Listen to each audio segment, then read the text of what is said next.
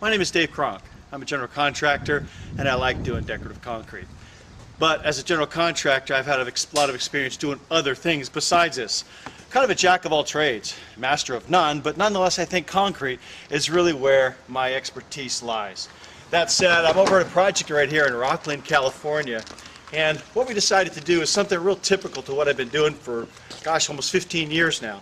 And that's doing cement overlays and some staining on concrete. When it comes to a job like this, 80% of it is going to be getting the concrete, or in this case what I call the canvas, ready for what I do.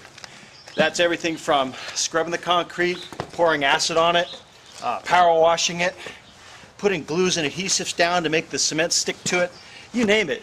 There's a lot of work that goes to it before you get artistic with it. So right now I'm just going to fire up the pressure washer and start cleaning the concrete. So why don't you stick with me and you get to play with some toys. Hondas, you gotta love them. Best time to do this kind of work is in the summertime because it gives you every reason to get wet.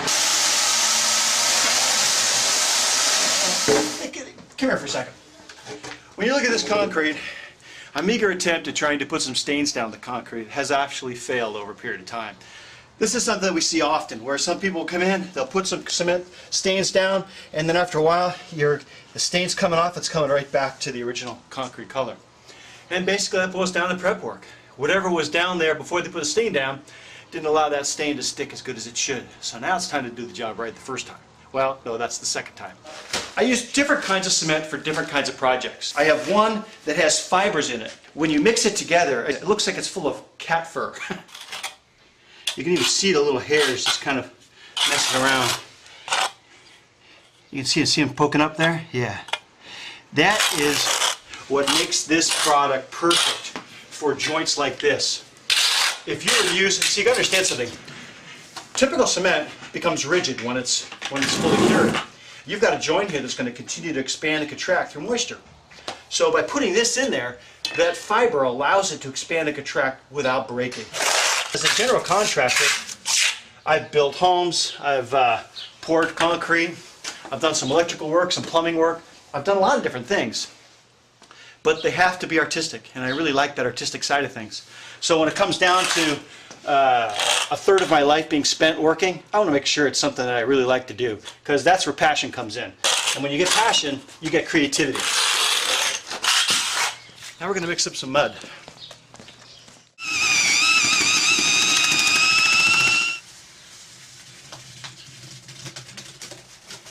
The thickness of this material, before we stamp, it's going to be about 1/4 of an inch thick. You don't really need much more than that because the stamps used in the overlay industry only need just about that much. Okay. Now, I'm using a small floppy on the sides in the very center here, so we're going to create the walkway. Now this one's a heavier stamp. I call them unit stamps. They kind of fit together like a puzzle. They're a lot thicker than these blue ones, which are called floppies. Now, living on this little red island that I'm on right now, it does two things. One, as I walk around, it's squishing this stamp into the cement, which is just the right consistency. When you look at this, if I push my finger down here, you can see, I'm getting an impression, and it's not sticking to my fingers. That's the perfect consistency you want with this. Sort of like a wet mashed potatoes, but yet it doesn't stick off on your fingers.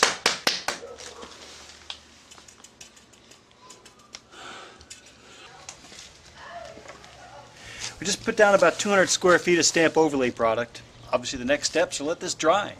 It's going to take a day or two for this material to really set up and get it nice and hard before we can come back and actually clean it off and start staining it. The real magic though comes when the stain starts going down and we turn this boring looking concrete into some real authentic looking rock and stone.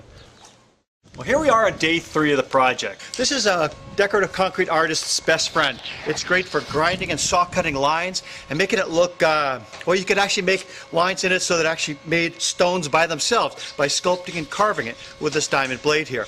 But all we're going to use this for is just cleaning up. So let me get back to the dust.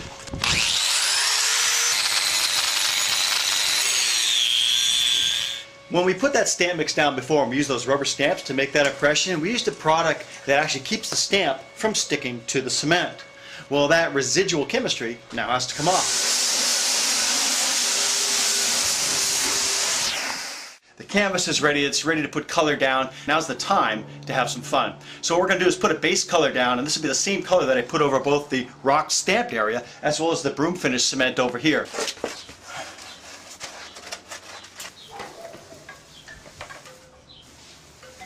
I can't wait to get in here and start detailing out all these rocks, and when it's all said and done, when this dries and I get all the 3 or 4 other colors on top here, it's going to look like some real nice rocks. Now if you're an artist, or if you do like doing color work, you always start with light colors and go to dark.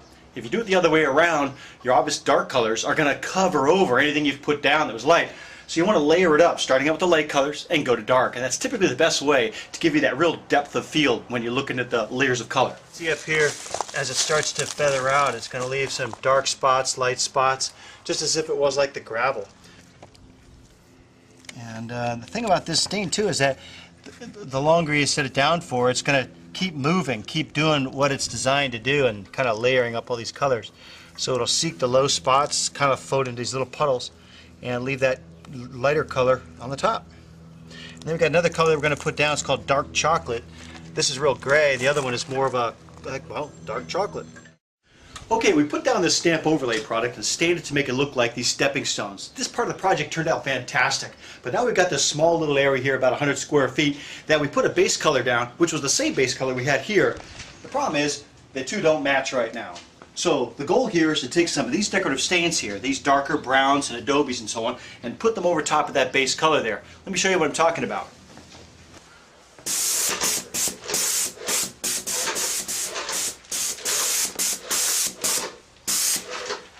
I think it took me more time to mask this thing off than it's actually going to take me to spray this.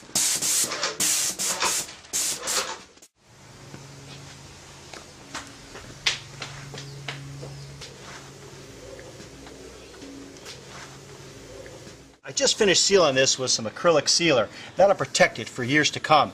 This is actually concrete. No, it's not real stone, it is concrete. As a host of a DIY kind of show, if you're looking for a stud, I hope I meet your profile and the things that you're looking for in your upcoming events. So, look forward to hearing back from you. And again, I'm Dave Cronk. I'll talk to you soon.